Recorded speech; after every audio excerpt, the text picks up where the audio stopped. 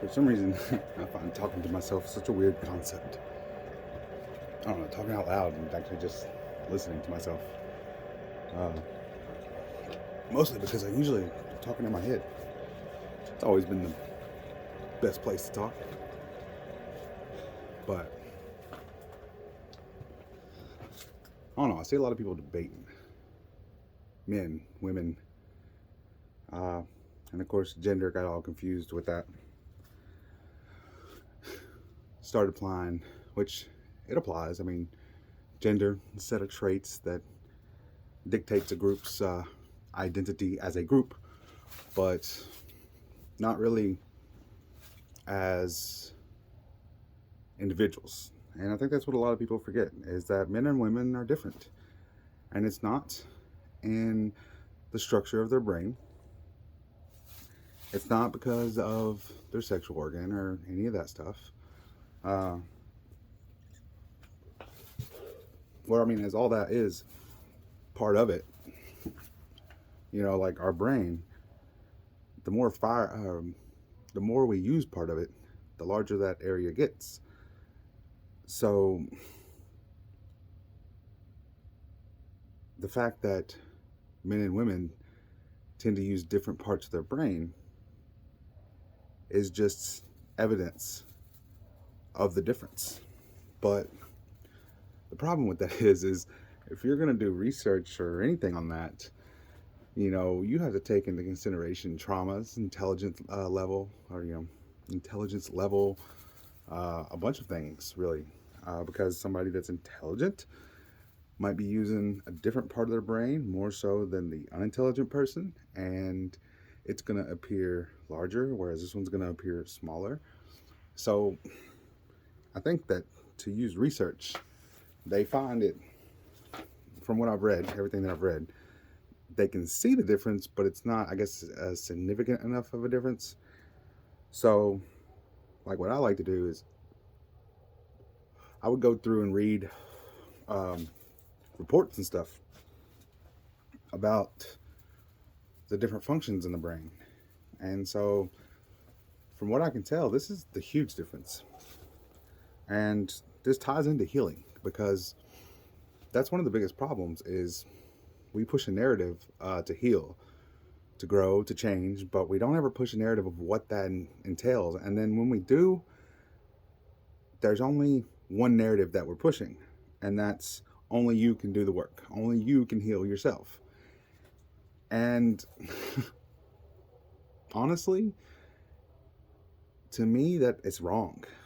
And it's very ignorant of the fact that we are a species and we're social creatures. So here's my take on it. You have men, you have women. Men generally they use their left amygdala. This amygdala picks up on patterns, really a difference in patterns. So it's this stream of information that's coming in all the time. And whenever something is not normal, when there's a disruption in it, it locks in on it and it senses danger. This is something that you would see in animals. You know, they see something different, they don't know what it is. Immediately, it's get it. Yes, it's a very animalistic part of the brain, but it's also a very necessary part of the brain because our behaviors change these.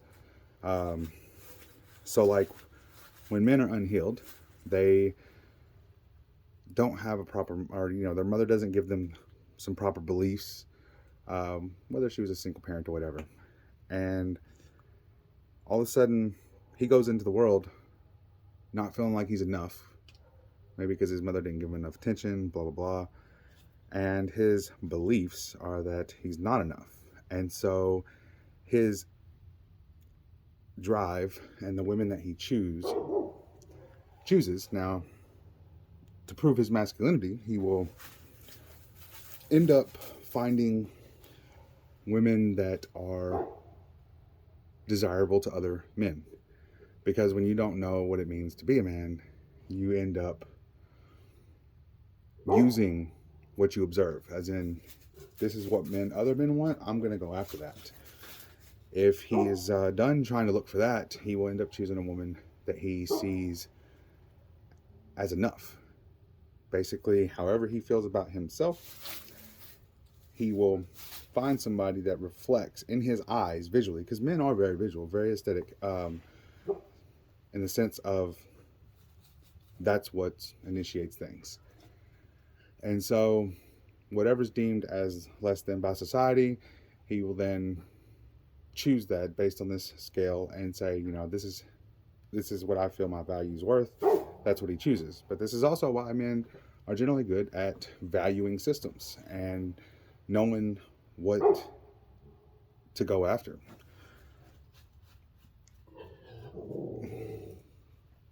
Dog's barking.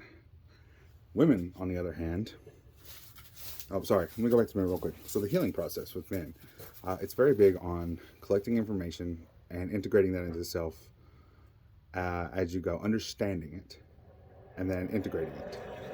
Literally taking the system and making it part of your system. The pieces that you need, the pieces that work for you, the pieces that don't. That's why a lot of times, you know, men, it should be very internal. But the problem with that is that if they never had a proper mother, yes, they start looking for a mother in the woman, because what they're trying to do externally is they're trying to get a piece of them replaced or installed. So when a man will talk about his feelings, if the woman, she may know what he's trying to say, but if she interrupts him and tries to tell him what he is trying to get, where he's trying to reach, then it's gonna negatively impact him. Really, the woman would know what he's trying to say and let him express until he gets to that point. And she would do that out of love. And that would help him validate and confirm the beliefs by having her reinforce that belief. Which is kind of what a mother should do. But women, on the other hand, women run off of intuition. And intuition is not connected in the same way that anything else is. Like, intuition is like, so, you know, they talk about down here and the root chakra and stuff, and that's the vibrations from Earth. Everything is vibrations, everything's frequency. You know, you always wonder why women want to connect with Earth and see themselves in Earth. It's because they're trying to connect with themselves, because their intuition runs off of their beliefs about self. And so whenever they believe that what makes a man high value is his money or whatever, or whenever the only thing that they can see about themselves worth of value is their job and their money, and they're seeking somebody that has more than them, there's a very valid reason for this. A woman's intuition will allow her to basically rise to the level of that man. And the man, if healthy, will not be competitive with her, be competitive with himself, and he will always be rising. And so it's a system that kind of works together in like an actual relationship. So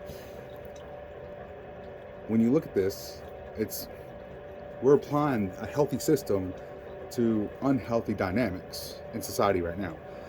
So the unhealthy woman, whenever she can't trust herself, her intuition actually hijacks her choices. So she thinks that she's making these choices, and she's really not. It's such a small alteration, but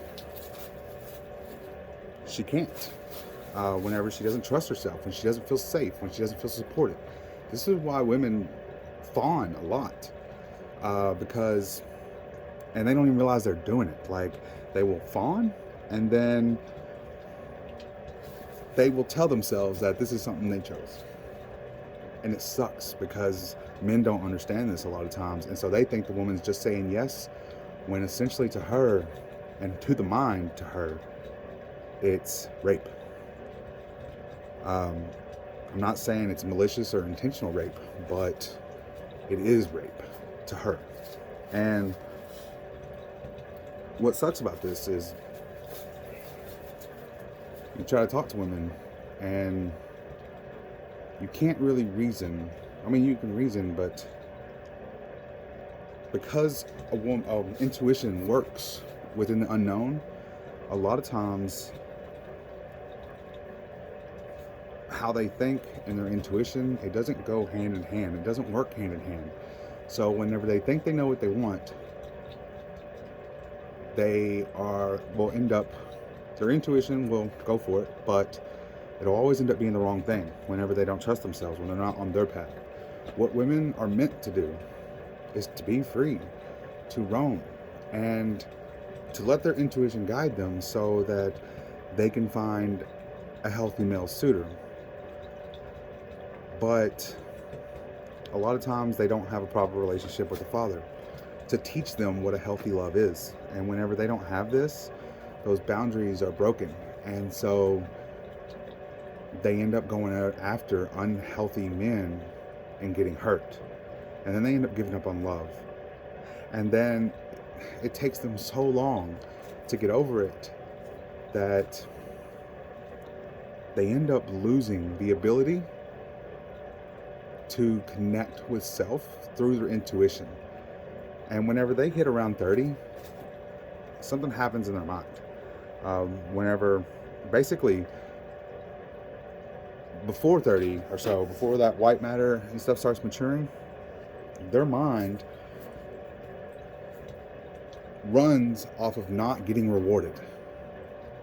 Whenever they get rewarded for something, as in if they have sex with somebody that they intuitively picked, and then, you know, that person, and they get rewarded for that, it actually stunts the prefrontal cortex. It kind of puts them in a fog, and it makes it harder for them to know what to do. And this in turn causes them to become codependent. They start relying on somebody for choices. And as they do this, they lose their own internal power. And a lot of times they'll betray themselves and not know why they're doing it. In a healthy world, you would have men that have strong belief systems given to them by the mother. They would respect these belief systems so much because the love from a mother is so powerful because of, you know, all the oxytocin and stuff during birth. That connection is so strong that men are all about respect, and they would never disrespect these beliefs given to them by the mother. So they will never disrespect somebody or disrespect these beliefs just to have an impulse or a need met. Women, on the other hand, if everything was healthy, as they went through the world and met men and stuff like this, and their intuition would see something in them, the men wouldn't give in to their passive ways of engaging. They would never learn that these passive ways of engaging as a way to get needs met, they would never get rewarded for their intuition, but they would pick up traits from that man. And this would allow her to assess what a man really is, in a sense. And this would allow her to find somebody suitable for her. But see, there's also, that's the external premises of it. The internal premises of it is kind of the same. For a man, I mean, it comes down to sexuality. Of course, sexuality is different than orientation. If you're damaged, you can have, you can be attracted to whichever sex. It's whatever type of energy you're trying to heal. Internally, when you have sex, all those chemicals that rush up, they help you change the way you see yourself. And for men, you see how this is reflective, and it's awesome, I think. But for men, whenever they don't give in to the impulse, whenever they refuse to give into it, it gives them more of a clear sight on what their beliefs are, what they want. And you can see these dynamics kind of exude themselves here and there, kind of like not directly, but in things that people say and things that people write and stuff like that whenever, they're looking for or searching for, that connection with self. But a lot of people don't, I guess nobody's really put it into an explanation, and so that I've seen. So that's what I was kind of wanting to do. Everybody touches on it, and you have smart people that use a bunch of words and stuff like that, that it just does this, blah, blah, blah. But that's not true understanding. And so I guess that's what I'm trying to do. I'm trying to help people understand each other. And whereas I'm not against sex and all that stuff, I just believe that because of the way that we've evolved as humans emotionally, that sex is nothing but a way to try to validate and understand our internal traumas until there's a connection there. When you can build a true connection, but that a connection takes some form of trust, like true trust, not a trauma bond type of trust, but a real trust that's built on some sense of understanding, of some sense of values, on something real. And that in turn leads to love. And I'm not saying that you can't find love other ways. Yes, people find love all the time. Sometimes people work at it, but it's becoming increasingly harder. And people know what they want less and less. And it sucks because people are becoming lost and they don't know why. So, hope this helps.